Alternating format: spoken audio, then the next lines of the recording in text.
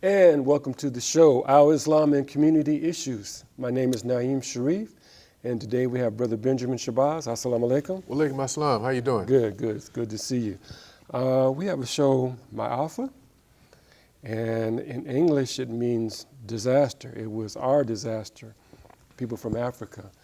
So on this show, we have some pictures and things to show you of a trip we recently made. But before we start, Brother Benjamin, would you open up with a prayer? All right. With the name of Allah, the most gracious, the most merciful, that we ask that you bless our show and grant us success. Ameen. Amen. So my family, we took a trip to New Orleans. We were down there for the Essence Festival, Essence Musical Festival, and where they have a lot of entertainers. They have different things. They have things at the Mercedes-Benz Superdome. They have things at the convention center there and a few other outlets. So there's, of course, music, all kind of different kind of music. They have stuff in the Superdome on the big main stage, what they call it. Then they have what they call the super lounges, where other entertainers are doing their music or whatever. So you might have, let's say, Mary J. Blige on the main stage, and then in the super lounges, there might be somebody else you want to see. So there's about, I think, 4 super lounges, so you can go see somebody there. Then during the day, they have things at the convention center they have, of course, food, they have things on business, all kind of different things. So there's a lot of things to do.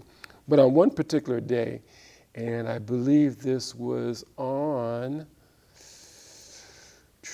you know, when you're traveling, and I think this might have been, it was on Thursday, July 4th, matter of fact. They had MAAFA, and it's where we go and honor the ancestors through all the things that they went through. And the English meaning is disaster, so it was our disaster. You know how the Jews have the Holocaust, so this would be, you could call it our Holocaust and so forth. So I could talk to you about it, but we want to get into some of the pictures that we took and make some comment on that. So if you would go to the pictures, and we'll just kind of give you a description. So this is a picture of a plaque there, Conga Square, and on the plaque there you can read it, the audience there, you can read it, and kind of self-explanatory there. And this square is... Can you read it? Well, the audience will be able to read it. No, I can't read it. Well, I mean, okay, basically what's it say? it just says that in the 17th century, it says in the 19th century, slaves gathered there at the Congo Square. This Congo Square is in Louis Armstrong Park, and this is in New Orleans. So this was a place where the Native Americans, it's behind us, thank you. Thank you very much. We have 2 monitors. I was looking at the wrong monitor. Thanks for our guests. So the Congo Square, during the late 17th century, well into the 18th centuries, slaves gathered at the Congo Square on Sundays and sang, danced, and drummed in authentic West African style. This rich legacy of African celebration is the foundation of New Orleans' unique musical traditions, including jazz. And then it was dedicated in April 2010. So this is where we went to start this procession. And this Congo Square is in Louis Armstrong Park. Okay, all righty. So we thank our technician for telling us to turn around to look at the thing where we could really see it. The other monitor is about 20 feet away and it's hard to see. So we thank our technical director. Okay, moving on to the next picture. And this is the picture, this would be a representation of the people coming there to the square to dance, sing, and so forth. And had to take a picture of that. That was very, very well done. So it must have been on the, as we stated earlier, it must have been on the Sunday, the day that they gave us off as slaves, you know. I can think that was the one day they gave us off. Is that correct? Normally. Mm-hmm. All right. So this was, you can see the artwork of this is very, very good. This is also where, before Africans came to this particular square, it was very sacred to the Native Americans. So this place, this space is, you know, a very spiritual place. All right. So if you have any comments or anything during this, just let us know. So let's go to the next picture. And this is also, all of this is at the Louis Armstrong Park. This is the Mahalia Jackson Theater for Performing Arts. So that's a picture of there. And then just before the building, there's a fountain and everything. So they really paid tribute to, you know, Louis Armstrong, Mahalia Jackson, having this place there. So we didn't get a chance to go inside, but we just saw the outside. So it looks like a first-class place. All right, let's move to the other picture. So this was a picture, and I should have did the video on this, but this just was a picture of some of the dancers. So this one brother here, he's in the orange. The rest of the people were in red. And there was other dancers. There are other dancers that you can see back there with the headdress that are different costumes. You know how New Orleans is, you know, famous for this. And it was interesting because when there's another stage that you can't see to the right of that picture, where you know how the DJs do mix their sounds and stuff. That was going on. Then all of a sudden the marchers came down, and so they were like overshadowing the DJ mixers, because you brought the authentic to the current, you know, with the DJs and stuff. But then everybody went to see these people, and then after they left, they went kind of reconcentrated themselves on the DJs on the turntables. That was kind of interesting. But these people came in rolling. They were rolling in hard. So that was a beautiful thing. So let's go to the next picture. Now we're starting to get into the serious stuff.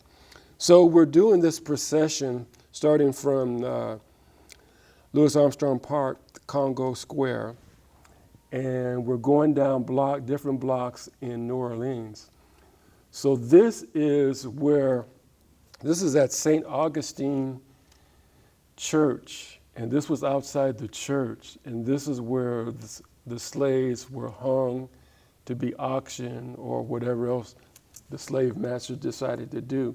And you can see how big that is, because to the right, you can see somebody's in a costume, and somebody has their hand on one of the chains.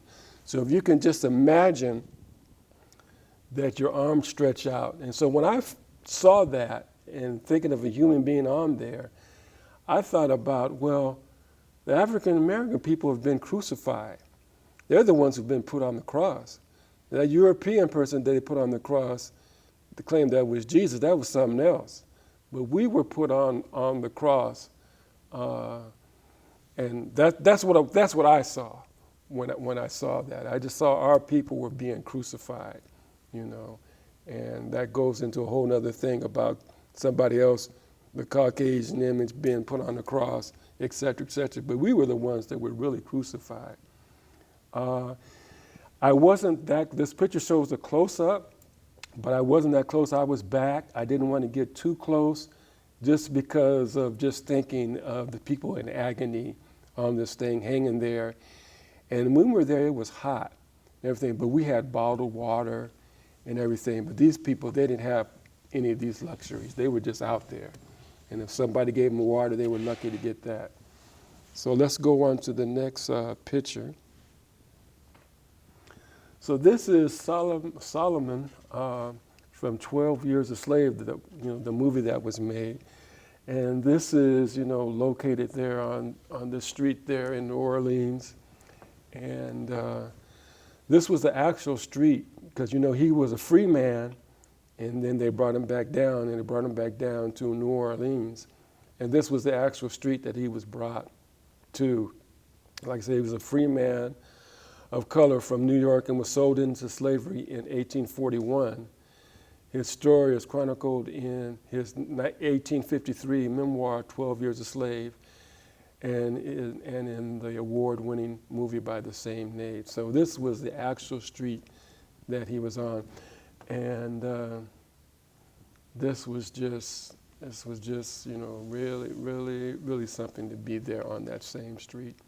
Well, you know, that movie was also called Half Slave, Half Free. Mm. Yeah, and then they made another version of it called 12 Years a Slave. Okay. Yeah. Okay. All right, let's move on to the next one. So we're in this procession, and I said we started at Louis Armstrong Park. So we were in a long walk. It wasn't a short walk. It was a long walk. And this is the St. Louis Hotel. This is the plaque outside the St. Louis Hotel. It was, this hotel included a bank, a ballroom, shopping arcade, and a trading exchange. 6 days a week under the hotel's dome rotunda, auctioneers sold off land and goods as well as thousands of enslaved people. So this was at this hotel. So you had a hotel, everybody's having fun upstairs, then underneath, slaves, people were being sold. All right. So that's, like I said, that's the St. Louis Hotel. Let's go on to the next slide. So this is the transatlantic slave trade to Louisiana. So the trade of human beings from Africa to Louisiana began in 1718 with the first slave ships. And the Aurora and the, I don't know how you pronounce it, I'm sure, Duke de Maine. Duke de Maine arrived in 1719. Those ships carried 451 enslaved Africans to the Louisiana colony. Their voyage marked the beginning of a transatlantic slave trade that continued through French, Spanish, and American rule, forcing approximately 12,000 documented and untold number of undocumented men, women, and children onto slave ships bound for Louisiana. Then it shows the different countries that they came from Africa. So this was, just seeing that, and then before seeing the St. Louis Hotel, that Louisiana was involved in slave trade big time. Okay, let's move on to the next picture. So the New Orleans and the domestic slave trade, and Benjamin, why don't we have you read that? Can you read that? Within a 1 block radius of this marker were the New Orleans offices, showrooms, and slave pens of over a dozen slave trading firms, including Franklin, Armfield, and Ballard, Hope, Hull, Slatter, John Hagen, Joseph Bruin, and others. Their networks, which undergirded the antebellum economy, stretched from Norfolk, Baltimore, Louisiana, and Memphis to New Orleans, Natchez, Galveston, Pensacola, and beyond. And so one of those cities, New Fork, Baltimore, and Louisville, Kentucky. So then it just shows you that it was just, you don't hear too much, about New Orleans slave trade. Have you heard much about it? Not at all. Yeah, so you don't hear that much. You figured it existed in Louisiana, but you just didn't hear much about it. Okay, so let's go on to the next one. So this is, the brothers were holding this banner. So we're walking off through from Louis Armstrong Park, through different parts of New Orleans. We went through the French Quarter, and then that's the Mississippi River behind them. So it says the MAAFA, the past we inherit, the future we create, the MAAFA. So you see they're posted there holding, the people were in white. So most of the people who went on this procession that we were with wore white. And if you didn't have white, you could still come on the procession. So, like I said, that's the Mississippi River in the background. And let's go to the next slide. So this was in the Superdome. Took a picture of on the big screen, and Michelle Obama spoke there on a Saturday. And it's basically the same speech that she gave around on her book tour around the country. So I know some people saw it in Tacoma and so forth. I didn't get a chance to see it, but we saw it there. So I just took a picture of it from the big screen there because we were way up high. But she was a highlight there. It was very good to hear her words. And, you know, she didn't hold too much back. You know, she was interviewed by Gail, I forget the lady's name, who's on CBS morning show, who used to be with Oprah Winfrey. And I can't think of her last name, but Gail would ask her some questions, she would give her some answers, and then sometimes she would say, Gail, come on now, please, you know. So that was very good to see. Let's go to the next slide. And this is a picture of Louis Armstrong. He has his handkerchief in hand, I think that's what it is, and then his horn. And this park was named after him. Let's talk, you know some things about Louis Armstrong. You know, people just think he was just, you know, a happy, you know, grinning guy, he. But tell us some things you know about Louis Armstrong. Yeah, well, that was one of the images he projected, you know, always grinning, always smiling. But he was very, I don't want to say arrogant. He was very outspoken and outgoing. Mm-hmm. And he would be in a crowd of people or in a group of people or doing a show. Yeah. You know, and he would just do some crazy stuff, you know, like stuff black people wasn't supposed to do, you know. Like he'd come up to the camera and throw his foot up on him, you know, like he was kicking at him or something. Oh, really? Yeah, he was really something. Mm. And he kind of had a James Brown type spirit. Okay. You know, do independent, do for self type of person. Yeah. I saw one picture of him. He's in Egypt by the pyramids, and he has his wife, kind of like, you know, like not too far from him, and he's playing his trumpet. And the pyramids are in the background, and he's playing his trumpet for his wife. Pretty cool picture. Yeah. Satchmo. Yeah, Satchmo. Satchmo. All right. Okay, let's go to the next one.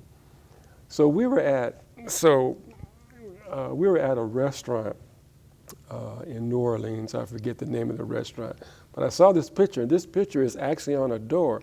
And when I first looked at it, I said, that reminds you of the Mona Lisa. So then I put on there, I said, what did I say? I said, oh, only in New Orleans can you find the Mona Lisa in dreads. She got the dreadlocks. So I just thought that was kind of cool. That was kind of cool. So, you know, during this trip, there were, you know, a lot of fun things we did, some light moments to it, and then the serious things too. So I wanted to kind of bring a little bit of everything to it. So yeah, it was a very nice trip. While I'm thinking about it, we got out of there just before the floods came, because we were on Canal Street, staying on Canal Street, and after we left about 2 days later, if you saw those floods, the floods came there, so we left just in time, and then a few days after that, they got the storm, so we got out just in time. So let's go to the next slide.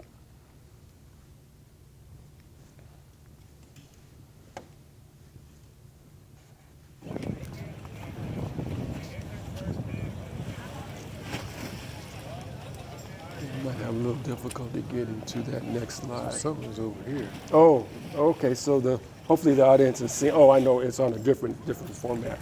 So this is at the end of our procession. This is at the Mississippi River, and see, my niece there is getting ready to toss a carnation in the water out of respect for the ancestors. And so people had the flowers. They would say a prayer or however they felt, you know, something for the ancestors, praying for them. Not to them, but praying for them and out of respect. It was real serious, and you could see people throwing in the carnations. And there's this one lady, you can't see her, she was turned the other way, and she was almost like in prostration, and she was really pouring out her heart to the ancestors and to give them that respect, all the stuff that they went through. And hopefully we will make them, proud of our contributions and struggles, and don't be acting a fool and everything, all the stuff they went through. People say, voting doesn't matter. Well, people died for that, to give us a chance to vote. And people died for us to give us the chance to do better and to, make a contribution. So they said, this is at the Mississippi River, and people were tossing in the flowers and paying their tribute to our ancestors who went through all this, the most inhumane treatment ever put upon a people. And this treatment was supposed to be something that, was to completely destroy us. They destroyed us, but they didn't completely destroy us. So we're still here, still trying to do better. What was interesting, at the start of this, in the park, they had people from different faiths say a prayer. They had, Christians come say a prayer, Jewish community, Muslim community, and other communities to say a prayer. So there was solidarity in that. So that was, it was a quite moving experience. I can imagine. Yeah. So they have something like this. Is it every year at Madrona Beach? Every year. Every year, okay. Yeah. Okay, yeah. They also released some doves at the park before we started our procession. And what they would do, they would have some of the kids help release the doves. And then the doves were released. Then what they said, all the doves would come back together. So that was, symbolic of it. So this reminds me, now when you go to Madrona Beach there in Seattle, do they call it Sankofa? Or do they call it the... MAAFA? They call it the MAAFA, okay. Okay. Yeah, I was looking up the date. It's coming up pretty soon. It's going to be at Madrona. They want everybody to wear all white, if they can. Yeah, and I can't find that date, but it's going to be in a couple of weeks. Yeah, it'll probably be soon, because usually it's in August or something. Yeah. So yeah, it was very good trip. We went there for for the music and everything else, but then August 25th. August 25th. So we found out about this happening. So one of the people said, let's do it. And we did it as a group. Like I said, it was hot. It was a long walk, but our ancestors had to do a whole lot worse than what we had to go through.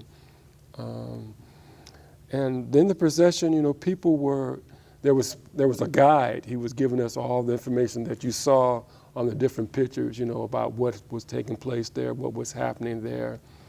And it's something I didn't know about New Orleans. I've been there once before, but I kind of knew slavery existed there, but not like this, and the different checkpoints and different things that we did and so forth on that. But it really made you think and to ponder that we as a people know we're still here, and we know we have to do better. We got to do better, because it's an insult to our ancestors if we don't do better as a people. And there are the psychological scars of this that still happens. We talked about where they showed the one thing where they would put a slave like this. I said, it reminds me of, that we were put on the cross as a people, and the thorns in the head, that was through our brain. We didn't have our own minds anymore. Things in our hands, the nails in our hands, we couldn't move. We didn't have the freedom to move. Things on our feet, we didn't have the freedom to move. So these are symbolic things, that really happened to us as a people, and I'll just let you comment on that. Well, they talk about being dead, so you take a dead person and move a dead person.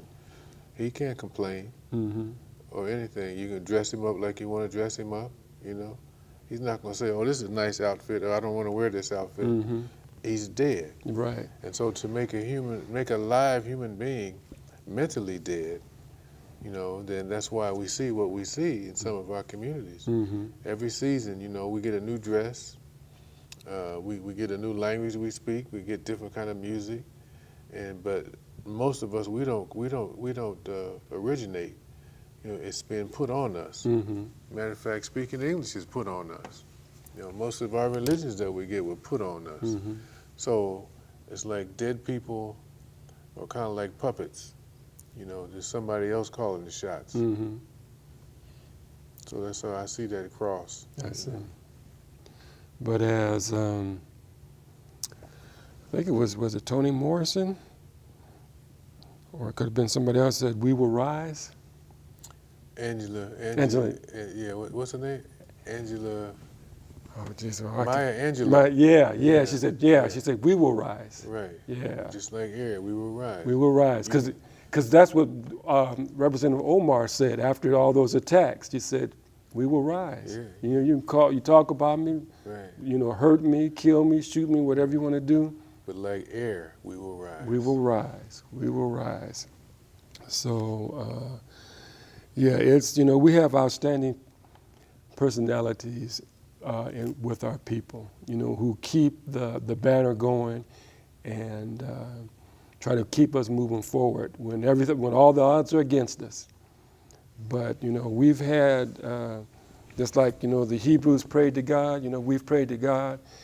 And if we listen, you know, we will rise, we will rise and continue to rise. So with that, you know, I think our audience, hope we were able to share some things with you. We tried to show you, you know, some of the history down there, show you a little bit of lighter moments, and just, you know, talk about things that are in the atmosphere, and to not to give up hope, to keep on. What did Curtis Mayfield say? Keep on pushing. Keep on pushing. Keep on pushing. We have no choice. Right, we don't. We have no choice. Right. You know, and you know, at our age, you know, we're trying to hand off the baton to the next generation to keep moving forward, because it's going to go on. It's not going to end overnight or in a couple of years. It's going to keep on going. Human beings are always evolving and so forth and so on. So with that, we thank our listening audience, and we wish you peace and prayers. Assalamu alaikum. Alaikum assalam.